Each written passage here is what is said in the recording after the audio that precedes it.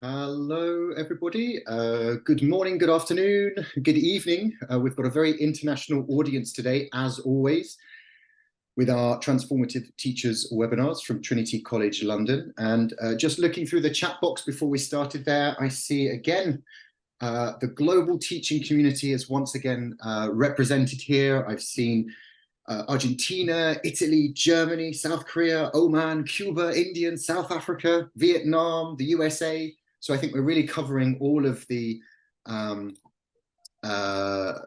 continents and, as I say, the really international community that we're building up here with Trinity College London.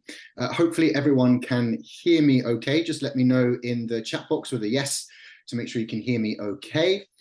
I can see lots of yeses, which is good. So it's already October, unbelievably. So we're into the October Transformative Teachers webinar.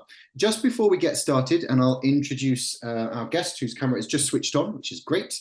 Just a few bits of housekeeping for those of us, just to remind those of us who have been here before, and for those of us who are new. So the webinar this afternoon, this evening, this morning, will last around 1 hour. So Peter will be talking for about 40 minutes, 45 minutes, and there'll be time for questions at the end. This is being recorded, you'll have noted when you logged on. So if you do drop out at any time, please feel free to join us again. But all of the webinar recordings from the Transformative Teachers can be found on the Transformative Teachers website, which will continually put up into the chat box. So you can look back at those and you'll see this recording of this one will be up very soon. Your view at the moment, hopefully you should be able to see me and you can see my screen. You'll also see Peter as he begins to talk. There's no other interaction for you because there are lots of us here. I think we're almost up to 300, it looks like, at the moment, and growing.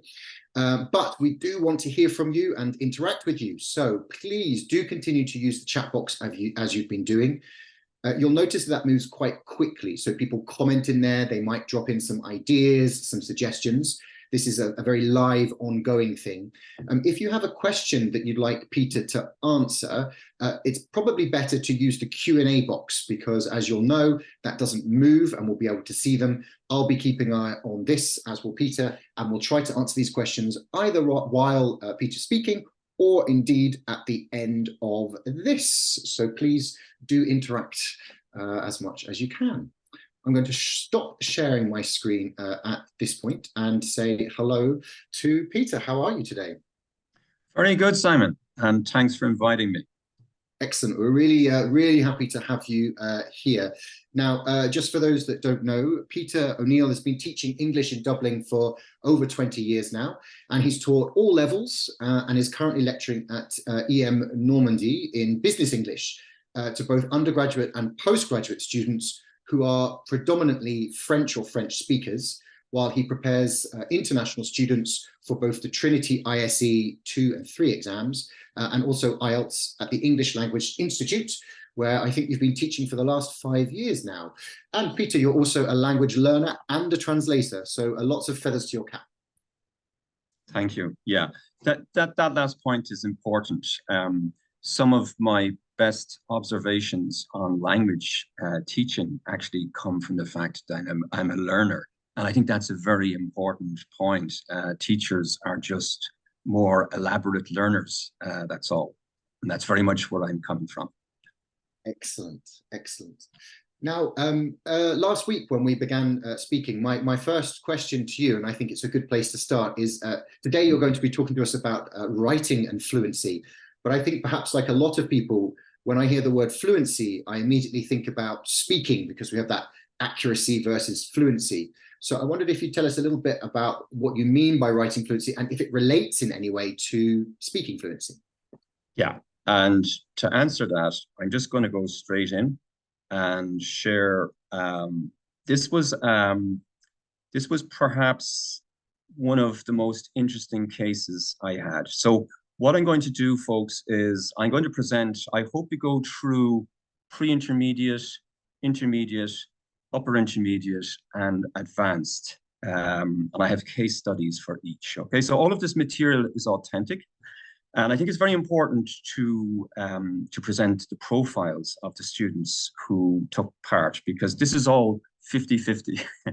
I claim to make no miracles. So there's a lot of hard work here. And I think that the people who did the work deserve to be credited. And I think it's very important, Simon, too, that for me, post-COVID, I think the nature of the industry has changed profoundly. This is what I've observed. And Serkan here, who is the first student I want to look at, Serkan arrived from Turkey, as did so many 2 years ago. And almost immediately, within the first week, he told me very clearly that he was a logistics manager for a large multinational company in Turkey, and that he wanted to do an MBA at the end of the year.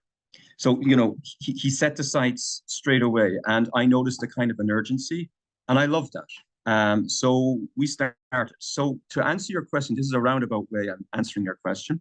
So what I did was, I had heard about this idea of recording students speaking. And I really thought, you know, some days as a teacher, and I'm really now speaking to teachers who are working professionals. I was teaching 30 hours a week at the time. I still do. And so I'm very aware, I'm very conscious of time-saving devices. So when I see elaborate lesson plans on a Monday morning, you know, I go, good grief, that's not for me. So what I'm trying to do in this presentation is show practical lesson plans that will help teachers and students alike. So this one was very simple, easy to set up. So all you needed, if you wanted, was we were using the Trinity topic sheets. And I'm assuming everybody's familiar with those. So these are the topic sheets at A2 and B1 levels, where you have 4 boxes. And basically we had done tenses and linkers. So that was the grammatical content, that was the structure.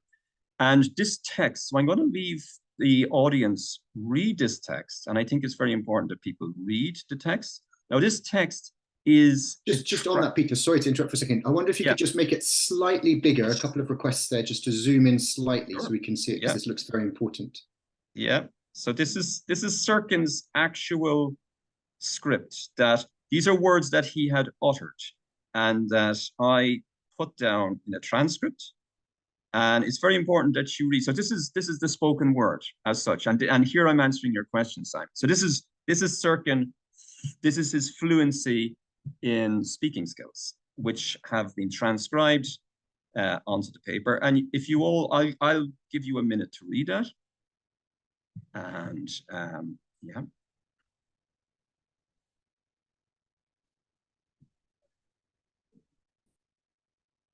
And you can see there's authentic utterances happening here because of the errors, which are predictable at this level. This is A2, pre-intermediate level.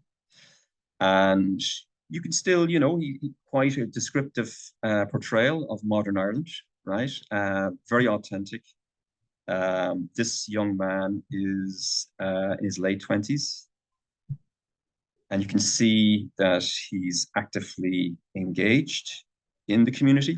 I should mention that this Serkan was one of those students. He was what we call, he had visa commitments. So he had to come to the school 15 hours a week. And I'm sure a lot of the teachers are dealing with students like this. So these students have got to, they are obliged, they have to have 85% attendance. And I found most of them were remarkable students, highly motivated. And it's a real pleasure to see, you know, working in, as you can see, in coffee bars. This is a former logistics manager who's now, you know, taken that pay scale down, committing himself to learn English, and he's got a plan. He wants to do an MBA. So that's his spoken English. I'll leave it at that. So what I asked him to do, he spoke into a recording device. I typed it up, and then I printed out the sheet that you now see before you, and I gave it to him, and I asked him to rewrite it as he would write it. So this is where fluency now, so speaking and writing now are coming into play. So here is the text that Serkan corrected. And all I've done is I've broken it into paragraphs, okay? And I'd like you all to have a look at it. And so we can see here, so you can see the presentation is very different. And we can see that the sentence construction, very important. And I'm just showing you how it was, how Serkin wrote it himself. You can see collocations coming in. This was very important. We'll be talking about collocations a lot.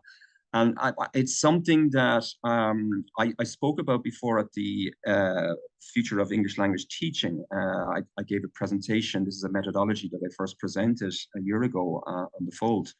And I'll just come down where I highlight very clearly the areas of interest. So this is linkers and conjunctions. So the language functions, one of the great things for me about Trinity was that they were distinct from Oxford and Cambridge in the fact that they placed so much emphasis on language functions. And that for me was almost a revelation. And I loved it. And it made the context of the grammar very clear. So we have the function is explaining. So through the language function, we understand that the grammatical content will be linkers. Now, you can see that there's three. That's deliberate. So when we're teaching them, we're using parallelism as a memory device. And that is extremely important, but it's also for emphatic speech. I make this kind of, I love analogies, and I think analogies are very useful when you're talking about something very complex like writing. So we use the analogy of dance and music and cadence and flow and rhythm. And of course, one of the most instinctive rhythms and chants is 1, 2, 3. So we're using 3 as a key number, and it's largely accepted in science, religion, literature, and almost every domain that 3 has magical properties. And in linguistics, it's the same. So, and I'm this sure, is very, I'm sure Trinity College would agree with that. I think that's aptly named there. It's good. Absolutely, Simon. Good man. So this is the fluency here, and this is where I think writing is a wonderful skill because you have an artifact, you have a trace, so that the students can see it was my first time in Ireland, so I was very nervous because I did not know if this decision was good or bad for me, and bam, the magic target. We have the 3 linkers there, and we're creating this lovely, long, simple sentence. Now, you can see that in Serkin's spoken discourse, he didn't have this fluency. So this is the direct connection between writing and speaking. And I find it's a map. It's a map of orientation is how we're using the skill. Yeah, Simon, go ahead. And I suppose you mentioned this last week we had a chat as well. What's nice about this is that it is an artifact. So if you're correcting when someone's speaking, maybe they're not picking up on all of those cues, or if you recast something, it's in one ear and out the other. But here, this is something that the language learner takes away and remembers, hopefully. Yeah. And as I say, it's like a map. And you can, language, I say to all my students, look, guys, language doesn't work. I always make that an essential kind of, and that's the essence of human miscommunication. I always point to the window and say, just look at the world. Nobody's communicating. Everybody is miscommunicating. The best relationship I have is with my dog, non-verbal communication. Look at this. Look at the way the complexity of human communication is just extraordinary. If we go to the next sentence, where the language, we have to talk about language functions. We are now describing things. And we're introducing, so we have grammar is one hat, and we're looking at linkers when we're explaining things. And then when we're describing things, we're looking at topic-specific collocations. And this is something that's really important because we're fast-tracking vocabulary with people like Serkin, with these new candidates. These are people who will need to know what collocations are and who want a fast track to vocabulary. And I'm always surprised to hear that students, a lot of teachers are not aware that at that level, that's what they should be doing to fast track, vocabulary skills. And you can see, this lovely modifiers coming in, a very nice house, instead of a house, it's a very nice house. And this is at A2. And it's a little dangerous, This is very nice use of language, and it's very fluent and it's very emphatic. It's very quiet, and it's a little dangerous. So already at A2, we have all these graders. We're grading. We're getting them to grade. And all of this is enhancing fluency. The final language function then was explaining and giving additional information. And again, giving additional information is more emphasis. And of course, the linkers and conjunctions are helping all that. And they have these wonderful, long, simple sentences. And you can see but, and, because, and again, the triad of linkers. And that's helping them. It's a as I say, an aid memoir. So that's basically A2. And that's a lot of work. We do it to every student in the class, and generally there's 15. So it is a lot of work, but it's a wonderfully productive. I would say that invest in it. It's hugely productive. I gave that test to them at around week 5. So after teaching linkers and tenses and collocations, around week 5 into the course, they all went away with this artifact. And that was a booster for them, booster for their ego. Here they are writing these nice, complex sentences, and they know where they're going. And hopefully they stay with us. Yeah, and I think this is all great because, again, it's all of their language as well. So it's obviously very personalized. You're not changing any of what they're trying to say. You're just, as you're saying, they're making it more fluent. These small little things that you've studied in isolation, they're now all coming together. So you're recycling all of this that you've done before. I think this is great. And to see this at sort of the A2 level is really fantastic. It's great. Yeah. And it's to show you, like when people say A2, and I look, and I'm going to come to the timetable now, because this is a really important point. Oh, by the way, just to finish with Serkan is actually now doing an MBA in Griffith College. Okay, so just to show you, he was actually at upper intermediate. So that was in February, and in the summer months, I met him in upper intermediate, and I looked at him and I was like, wow, here you are. And it was extraordinary. And I met him recently on the street where I work, and he was doing his MBA in Griffith College. When you feel that you have some way, you've helped that person on that journey, remarkable feeling. You feel very humbled, and the writing was an essential part of it because it really gave them the orientation that they needed. So I just put that here. This is the last, I call it the 3 hats method. And so it's a holistic approach to teaching language functions, grammar, and collocations. And I just use that, the 3 hats. Again, it's just an analogy. It's multitasking.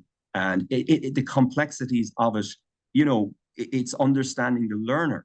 So what we need to do there is we look at a timetable. This was something I feel very strongly about because working teachers, we have to work with timetables. So how do you work around a structural timetable, a structural syllabi, a lexical syllabi, and a functional syllabi? And this is, I'm really now talking to, as I say, journeymen and women who are working 30 hours a week or perhaps even 15, but 30 really full-time teachers who need to be working and presenting language in an exciting and dynamic way. So here's a kind of a template of a timetable that I was working with, and it worked beautifully. So as you can see, on Monday and Tuesday, we have a typical structural syllabi. So by that, I mean the you have your typical course book, which is grammatical orientated. You're presenting the new language on Monday, and generally you're practicing it then with the skill of speaking, say, in the afternoon. You come back then on Tuesday morning, and you're still presenting the new language, and they're practicing again speaking in the afternoon. Now, this is where Trinity comes in, and I found that, and this, by the way, this is not just a plug for Trinity. It is a plug for Trinity, but it's a real plug. The students loved the Trinity material because it's so interactive. And as a teacher, I loved it because I could sit back. And we all know how much teachers talk. The ratio is 80-20. The last, 80 on the students, not the teacher, not the teacher. I'm overdoing it now. I feel almost, I feel really, what's the word, guilty because I'm speaking so much here, because that's a thing that's it's terrible. The amount of, it's the students that are supposed to be speaking. So we get them. I found the reading practice on the Wednesday, quiet time in the morning. And the students absolutely at A2, B1, and B2, all those reading exercises that are in the sample exercises, the exams on the Trinity website, absolutely wonderful resources. So typically I silence for half an hour, give them a half an hour to do it, or 20 minutes, I think was the time. And that I think that silent time is so important for both student and teacher. And I sometimes I think that teachers go on a guilt trip if they're not talking. And I think this is really important. If you're teaching 30 hours a week, you really need to save your voice. But it's not only that, it's good practice. It's good practice for the students to be silent as well. And they have quiet time because everybody's leading extremely busy lives. And these moments of quiet, the students, I notice, really, really enjoy it. And then not to get involved in the discussion, to let them discuss the answers. And I used to love, Simon, just sitting back, really sitting back and watching these discussions. So you might have, if you had a group of 15 students, you'd have maybe they're in pairs. And then after they've exhausted the 15, let's say you gave them 15 questions, they discussed those 15 questions. And when they had exhausted them all, and not just I got A and you got B, but why did you get A? Why did you get, provoke a real genuine discussion. And when they had exhausted the discussion in pairs, then to open up that discussion into maybe a group, half the table, so 7 and maybe 7. And then when those two groups had exhausted the discussion, then open it up to the whole 15. And it was just a beautiful thing to see. And you were completely forgotten about as a teacher. I used to love those Wednesday mornings, Seems like it's an ideal. And of course, that's a nice thing where you're picking up any kind of emergent language that's coming from them, not just about the task itself, but the way they're speaking about the task as well. So it gives you as a teacher a lot of things to work with either in that lesson or incorporate into future lessons, which sounds phenomenal. Like the ideal. Absolutely. Yeah. Yeah. There's so much stuff happening. And if you're not observing, if you're not stepping back as a teacher, you're missing all of this wonder, And look, it's just a morning. I sometimes think that teachers just feel somehow that they must be standing in front of the board for all day talking, and it's far be it the case. So look, what happens then in the second part of the class, they do the writing.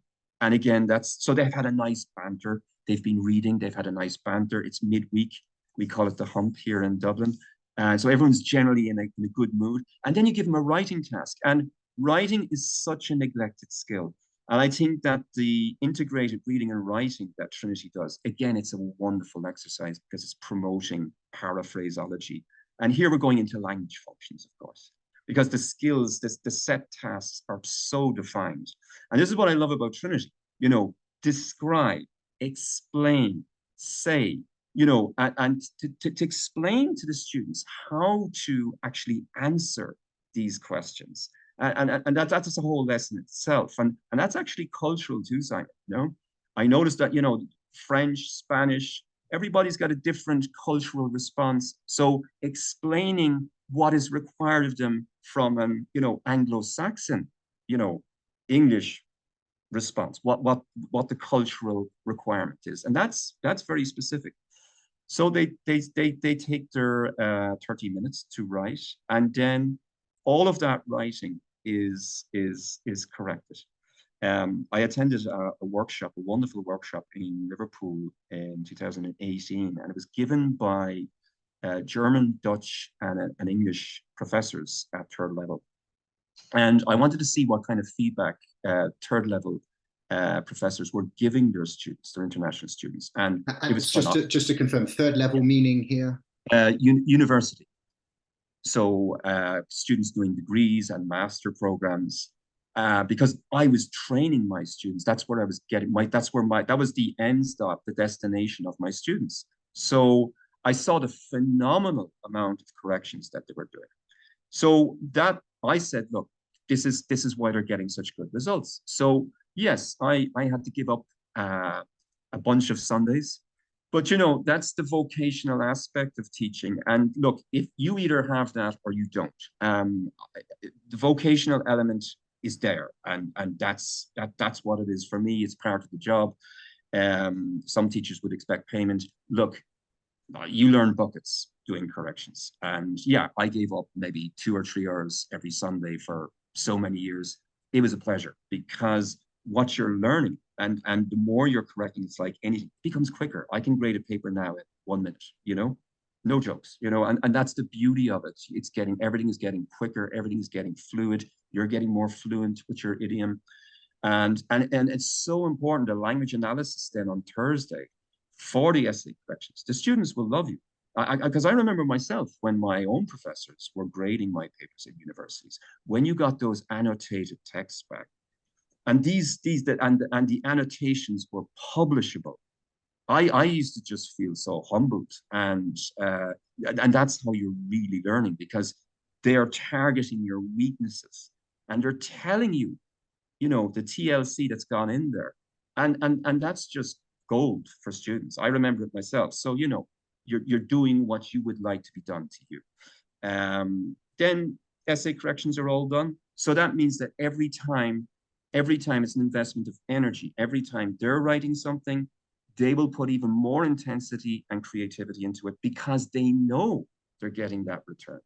And I think that's a point that you really have to make. And it's developing trust with your class that, you can pretend you're listening, and sometimes we do because we're tired.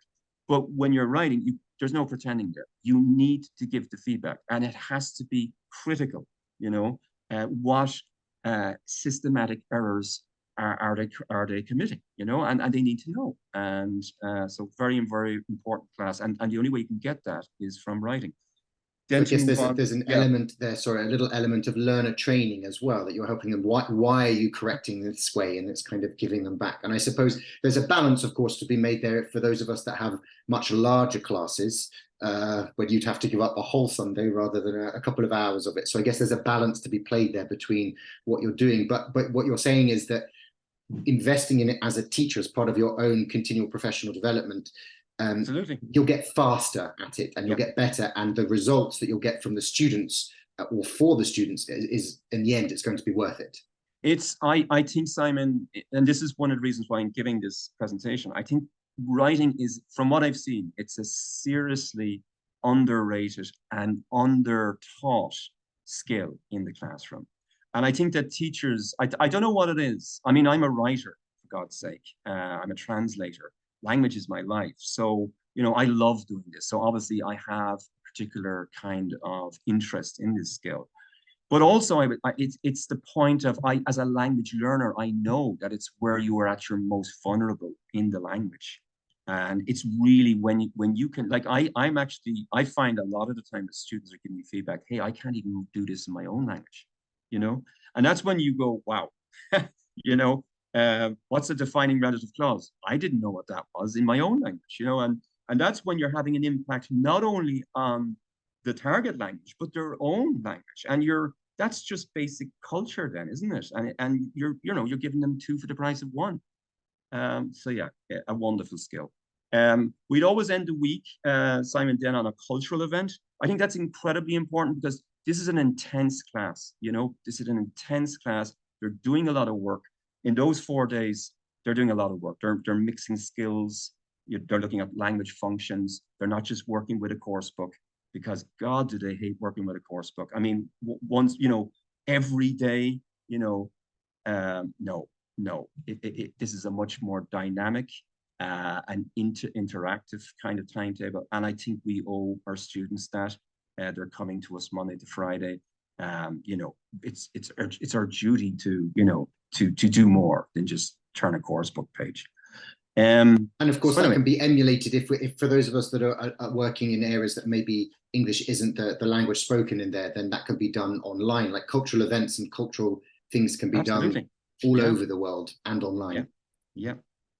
So if we move on, I suppose, to the next level, so B1.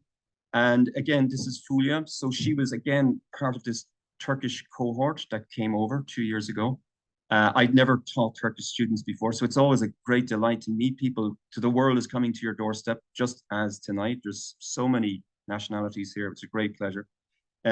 So this was reading into writing. Now, I've put the task here quite clearly because we're indicating the language functions. And of course, this is wonderful. Language is so much to do with organization. And you can see very clearly the task is beautifully set by Trinity here. They want you to describe what the students will do in the course, explain what they will have to do on the first day, and say what students taught about the last course. And again, I can't emphasize how important it is to explain to the students that they don't have time to have a nice Latin preamble, you know, because that's cultural. And I always tell them, guys, you know, this is English. We don't have time for a preamble. We have 3 tasks.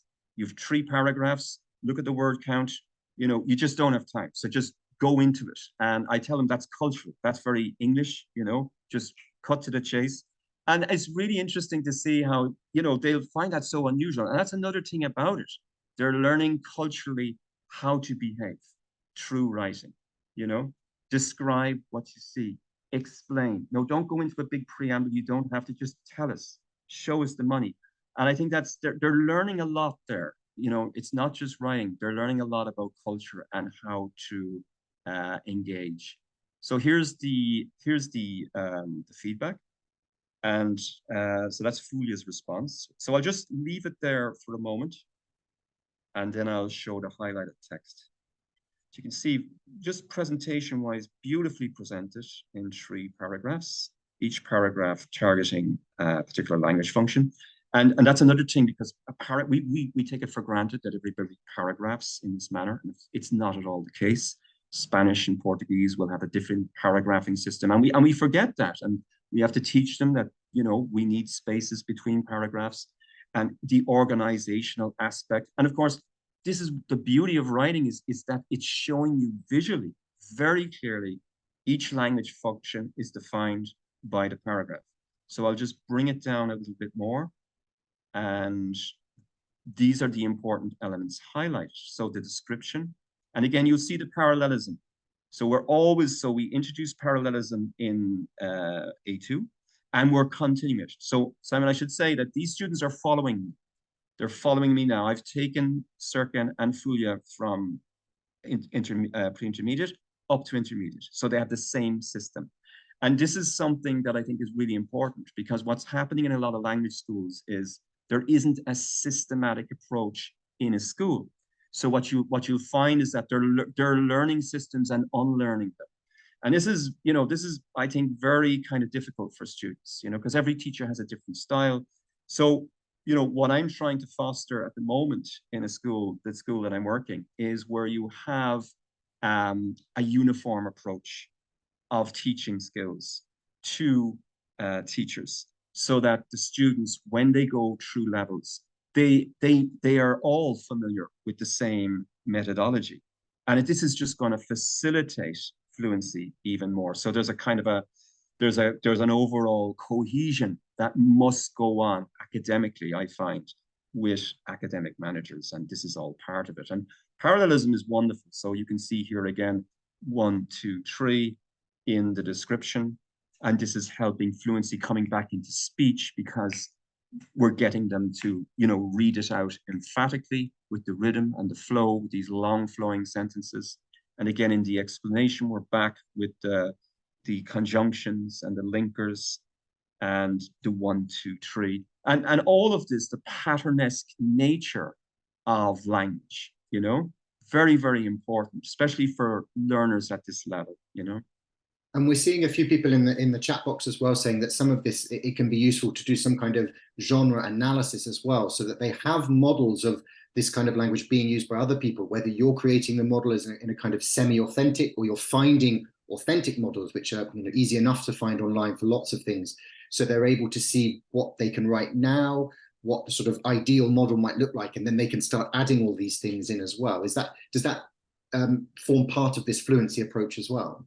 Yeah, the next, I'll just skip here. Here are some sentence structures. So this might answer that question. So one of the things, so we were looking at paragraphs and texts. So that was on the macro level. So perhaps on the micro level, if we look at sentence structure, and this is really important because, English sentence structure is so different to other cultural norms. And so we're looking at, now here we're coming up now to upper intermediate and higher levels. So I decided what we needed was a kind of what I call a circular discourse. So, you know, in academic writing, we're going now into academic writing, and all of this is formulaic. You know, it's just music, and I love playing this game. We're going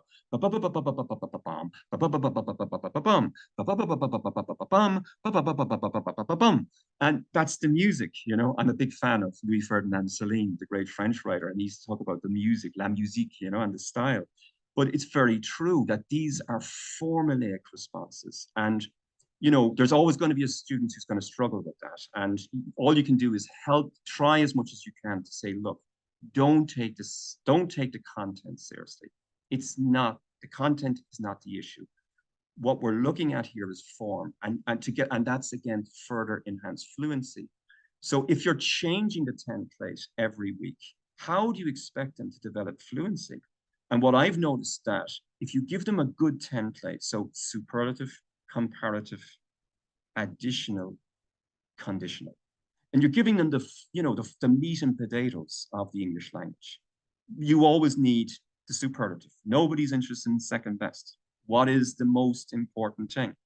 And superlatives are so hard for them to put together. I'm always surprised at how difficult they are for students. You know, the article usage, and you know, if you're trying to get emphatic stress, very, very complex. Even at B2, even at C1, I have students, you know, you'd have students struggling with superlatives. It's always, you know, it's always surprising. Then you have signposts, all these different clauses, because now we're thinking after bringing them up from A2 to B1 using Trinity, we're now thinking we're using B2 Trinity still, but we're thinking now going towards IELTS and other exams that are coming in that they will be asked to do, or in-house exams by universities. So what they're learning from Trinity, Simon, they're learning, you know, slowly and gently from pre-intermediate. They're not just being thrown into AE.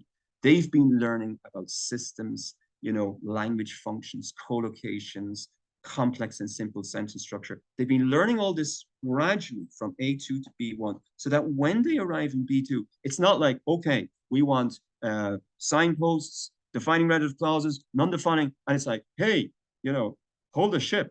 You know, they're just hit with a barrage of stuff that they've never heard before. So if you've been gradually feeding them this, so eventually what happens is that you're coming up to this is Ling Ling, so this is B2, and she went through the B1, the Trinity B1 and the B2, and now she is preparing for the IELTS. So we've, you know, through Trinity, we're taking them up. Now they're actually going into third level. They're preparing for entry into third level, and they're using these parallel texts.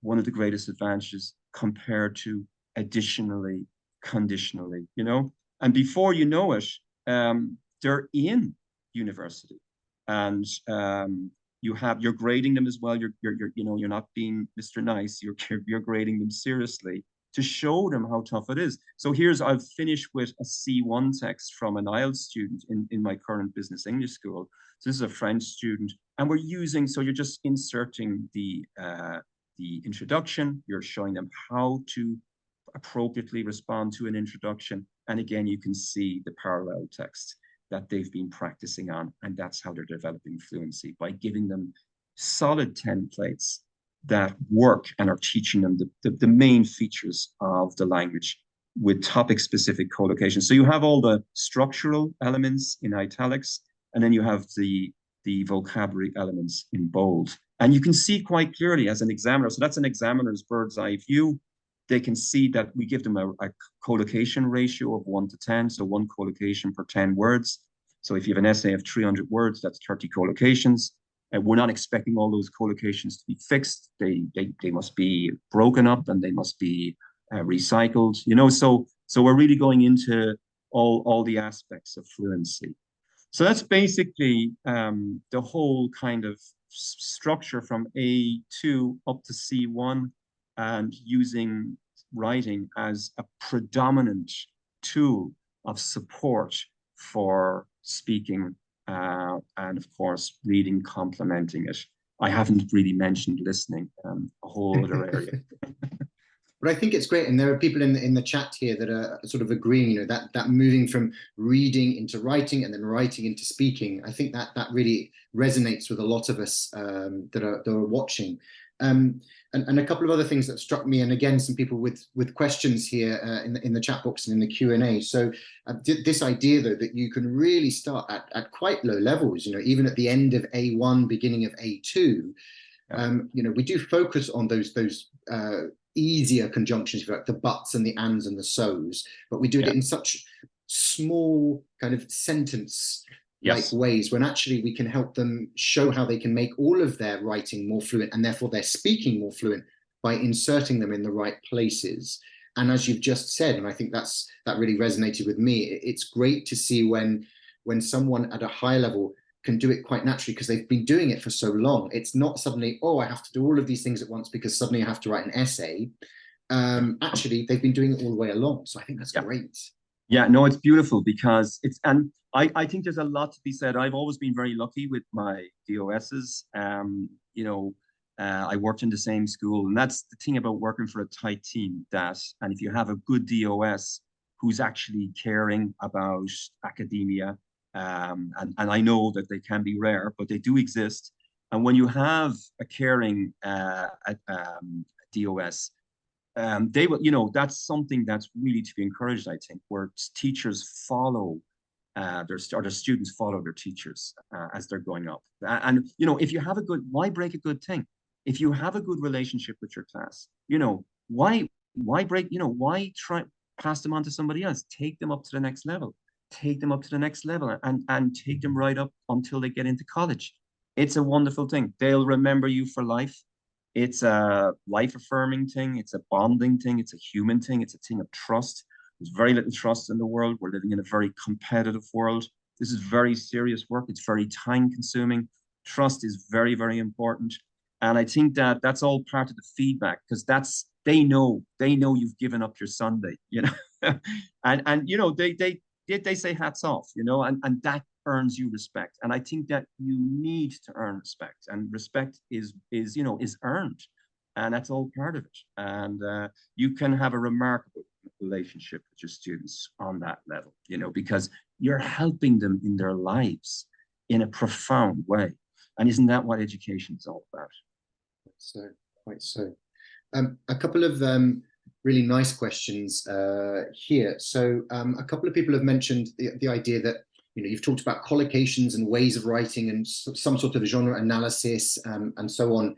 To what extent, because not all of us here are working in an English-speaking environment, whether that be in the US or Ireland as you are, or in the UK, when we have sort of ELF, English as a lingua franca, in mind, and kind of international world Englishes, what role do you think that might play in writing fluency? I think that, we're living in a text-based world on so many levels. You think of social media. I'm just amazed at how, English is out there anyway. One of my best students, to give you an example, was from Brazil, and she was, lost in the jungles of Brazil. But she had a TV, and she had Netflix, and she had games. So I think the way young people are learning today is just extraordinary. These things weren't around when I was young. She told me that she learned English from watching crime series on Netflix and gaming with gamers from New York or Chicago, So I think that, English now is just out there all the time. And it is kind of the lingua franca for gamers, for people who like crime shows. And that's just extraordinary. That's cultural, it's technology. So I think, I don't know if I've answered your question, but that's my response to it. I think it's just all over the place culturally. It's a language that attracts people wherever they're from. And gaming. So I suppose in terms of the different genres, I mean, you've talked before, like a lot of our genre is formulaic in whatever language we're writing. A letter of complaint always looks like a letter of complaint. An essay always looks more or less like an essay. So we can take those formulaic expressions and language and implant them, but there are lots of Englishes and things you can do with English in between these that make it, it's not one way of doing something. It's you can insert lots of things in there, I suppose. Yeah. So Simon, I suppose what I should say is that I'm predominantly an exam teacher, that's kind of where I didn't start out that way, but that's after 20 years in the industry, that's where I ended up. And if you had asked me, if you'd said to me 20 years ago, Peter, you're going to end up teaching students how to respond to exams, I probably would have laughed in your face. But I suppose you become a traditionalist as you get older because you think about things like jobs, mortgages, and the more serious areas of life. And I don't know if I think that's maybe where I'm coming from. I want to give them, they're paying good money to do a course. And I think that, you know, if they acquire skills that will, life skills, so very much where I'm coming from, the formulas I'm teaching them, I think that it's going to give them doorways into other worlds that are very tangible, you know. So yeah, there are limitations in what I'm putting forward here. It's very much A&E, you know. I mean, I would love to do creative writing with them. I mean, I'm a poet, for God's sake, but I very rarely allow myself the liberty to do that because I think this is really serious stuff. You know, it's about getting jobs and going to university, which are things I really, you know, think that's what they're looking for.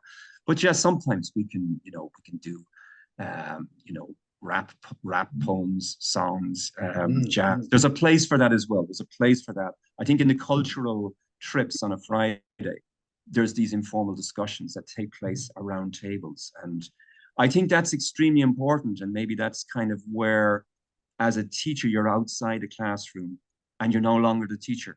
And I found out some of the most important information about my students outside the classroom. And I think that's why these cultural events are very important, because they don't see you as a teacher, because you're walking with them, you're sitting with them.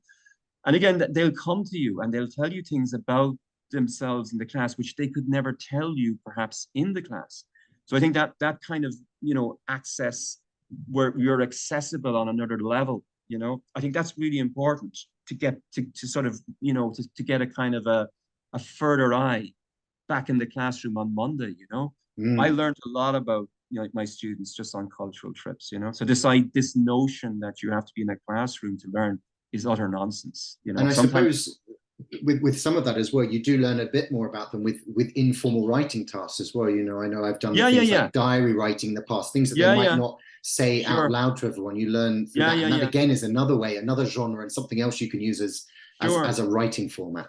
Sure. Yeah, I'm very, I suppose I'm kind of just prepping for exams. So I do tend to focus on all that exam material. But yeah, of course you're right. You know, there's other things that you can do. Yeah, absolutely. And I think this is important. So obviously, you, as you've said, you're coming at this from an exam preparations point of view. But I think, you know, a lot of us are working in different contexts. Some of us working with younger learners or one-to-ones, or not in that. But there's quite a lot that we can take away from your approach here and insert it into other things. So I'm just wondering, a couple of things have come up here. People are saying, obviously, in your context, you get to see the same students. It looks like you see the same students every day for a couple of hours. Do you think it's possible to adapt some of what you're saying here for those of us that maybe see our students twice a week or once a week? You know, we might see them over the course of a year, but we only see them twice a week. Is it still possible to do what you're talking about with those students? Absolutely. So in the current school where I'm working, in the French business school, I only see my students twice a week. I don't see them every day. So what I do is I give them assignments. And of course, that's more lecture based. And I think that's when you have to differentiate between communicative task-based learning in a typical kind of 3-hour class in an EFL school, Monday to Friday. In a business school like the one I'm working in, you cannot adopt that approach. So what you're doing is sometimes you're a lecturer and you will present the material in PowerPoint or on a whiteboard, and the students are going to take notes as they would, and then you give them an assignment. And I think that's really important. So you present the work in the classroom, and then you give them a written assignment. And that's something, and maybe what you could do is you could take the introduction one day, and then take the main paragraphs another day. The conclusion is simple, but that's, you break the essay down into its 3 component parts. But once they get in a parallel text, the beauty of a parallel text is they just need to know how to do one paragraph, and then they can replicate it. The introduction then is a whole task in itself, because it's so culturally different.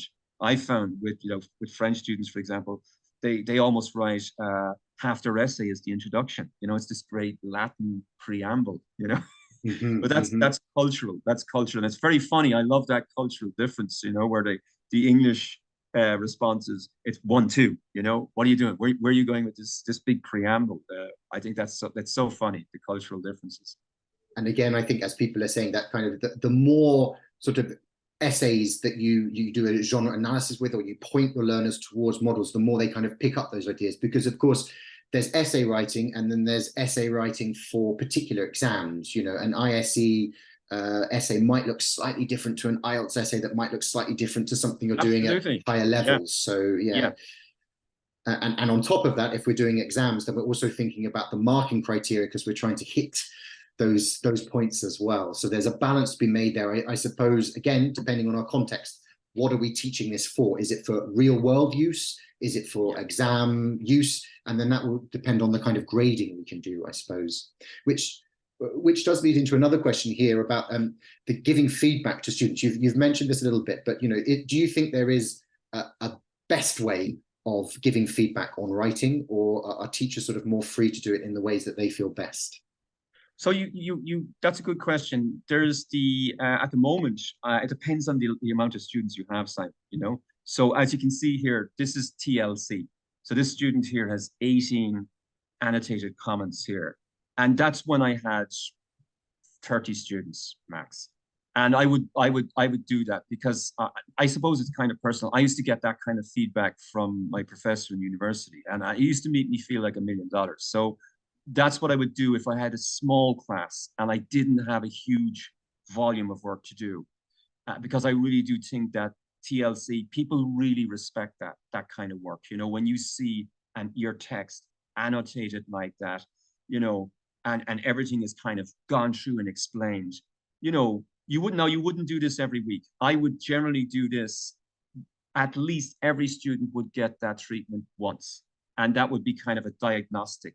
Look, here's your list. Here's your list of issues. Here's your list of woes. This is what you need to work on, and I would work on them individually. Not all together. And I think that's very important that you clarify. So you might say to them, well, look, one of your main issues here is your let's see, what have they got here? So this is actually very good response. All of this is, you're praising here, actually. Yeah, there's a lot of praise here. This was Which is actually important in the feedback. That's yes, part of this question, right? You've got yes, to show what they're doing yes, well, as where they can improve. absolutely. It's not all just criticism. I think that's praising people, because and that's all very spontaneous. Well done, good, good. Because you're acknowledging it's a discourse. You've told them these are all the insertions you have to make. And I suppose as a teacher, you don't know how much of this is just going in one ear and coming out the other. So when you get the return from the student, when they're that attentive and they're putting in all these insertions, that's the reaction. You're actually listening. Non-defining relative clauses. Yeah, good for you. And it's that kind of, if you can get excited about this, if you can get excited about non-defining relative clauses, fair play to you. But if you can't get motivated about it, how the hell are they going to get motivated? And I think that's really important. I love this kind of work, and when I see it, when there's a reciprocation from the student, it makes your day, because you can see that they're making real progress. So that's just one. But that's not the only kind of correction you can do, Simon. That's very time consuming. Like at the moment in the French school, I'm doing it by hand, and I get them to sit in the class. It's a very different gig.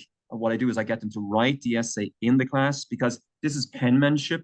So if anybody's out there, penmanship is, I remember I did I think it was a Cambridge exam, and I wrote for 2 hours. I had to take off my shirt. I wasn't used to writing with a pen for 2 hours. We've lost those skills because of the digital age. And I think that is very important. That's what I'm noticing I'm doing in the business school at the moment. I'm getting them to close the laptops. I'm saying, guys, close the laptops, put them away. You don't need them in this class. Get out a pen, get a pencil. We're writing today. We're practicing, because come exam day, they're all going to they do written-based exams in the school where I'm working. And if you don't give them the penmanship practice, when it comes to the final exam, you're looking at scrawls. So, you know, it's that kind of attention to presentation and getting to write with a proper script. You know, there's a lot involved in that. And of course, then the written corrections, they're so much quicker. You can correct it in 2 minutes, and that's a dream with a red pen, of course. Uh, whereas the other way is very time consuming. It's a labor of love. And I would only recommend it if you have a small class. I just finished grading 50 odd papers like that. I wouldn't recommend it. It's a lot of work, and it's very time consuming and very, very heavy. Yeah. Yeah.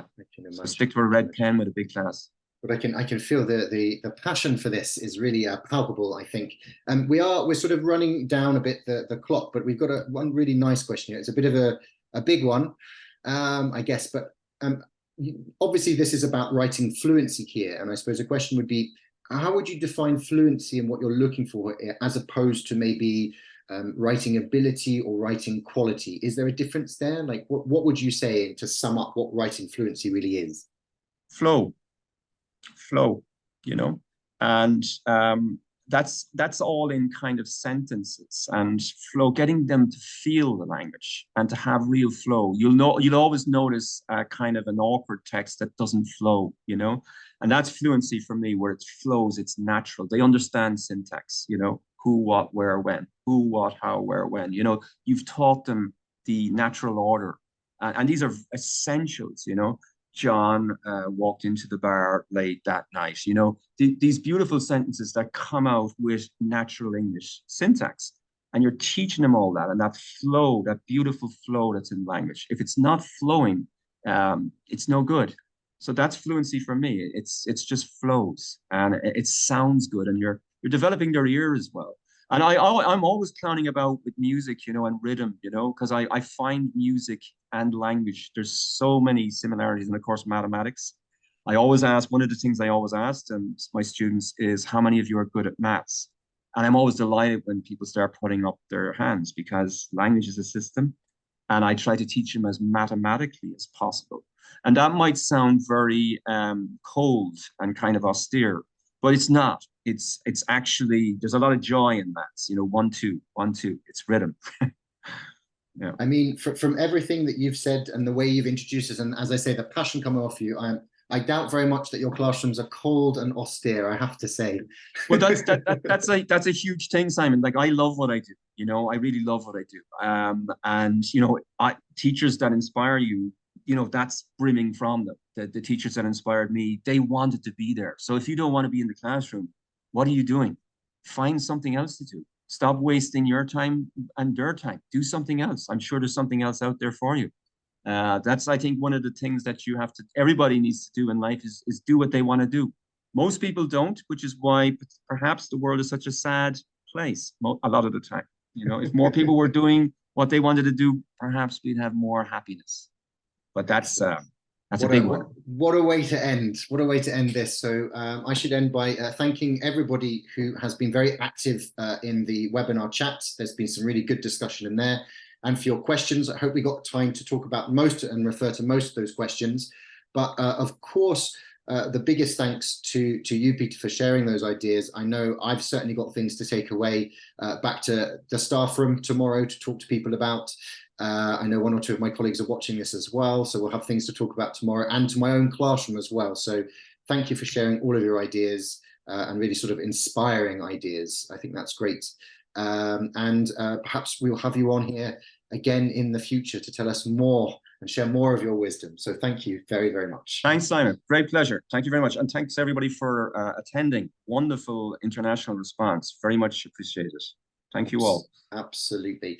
Do remember, everyone, that this recording will be up on the Transformative Teachers webinar website very soon, probably within the next couple of weeks. They're usually quite a quick turnaround. And do remember to visit the Trinity College London Transformative Teachers webinars to see our next upcoming webinars and recordings of everything past as well. Thank you very much. Enjoy the rest of your days, evenings, nights, and weeks. Thank you very much, everyone.